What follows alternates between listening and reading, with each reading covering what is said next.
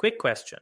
Would you rather keep your current salary but live with only the products and services that existed in 1912, or keep today's phone, your internet, your medicine, your car, but earn the average income from back then?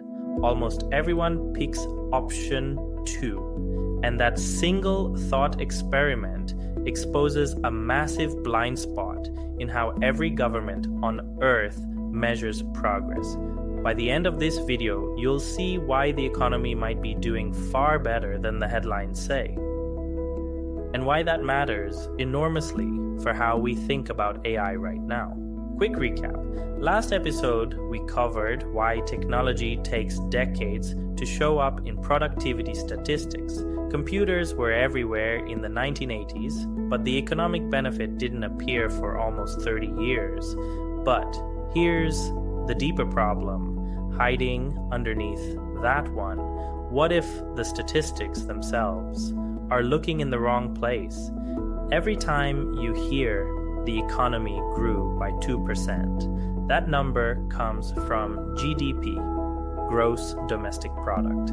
It was built nearly a century ago during the Great Depression, when policymakers desperately needed a way to track what was happening. And for most of the last century, GDP worked brilliantly. It counts goods sold, services sold, money changing hands, cars, steel, appliances, factories, all easy to count. But think about what we actually spend our time on today. Information, software, streaming, online communities, search, much of it digital, and a huge amount of it free.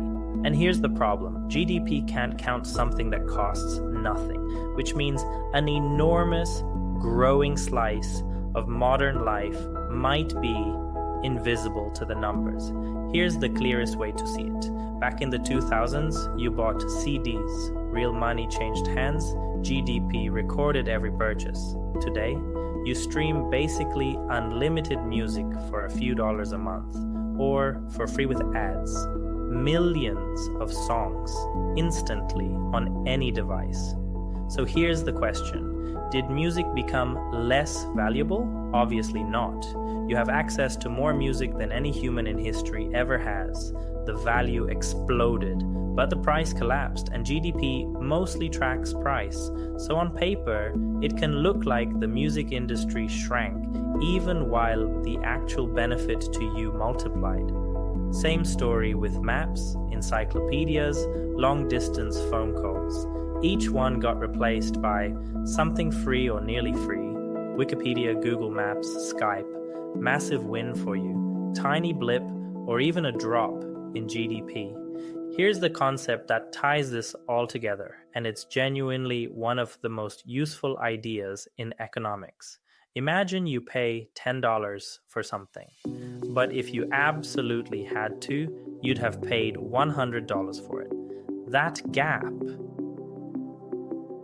that extra $90 of value you got but didn't pay for, has a name: consumer surplus. GDP counts the $10. It completely ignores the $90. Now think about how much of your day runs on things like this. Free search, free email, free maps, free videos, free encyclopedias. Researchers who tried to estimate the total consumer surplus from the internet got numbers in the hundreds of billions of dollars.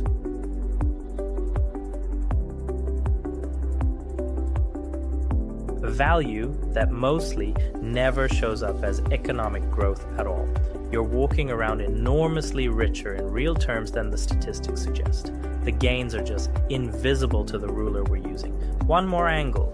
Think about everything your smartphone replaced: camera, video recorder, flashlight, GPS, calculator, encyclopedia, telephone, music player, newspaper.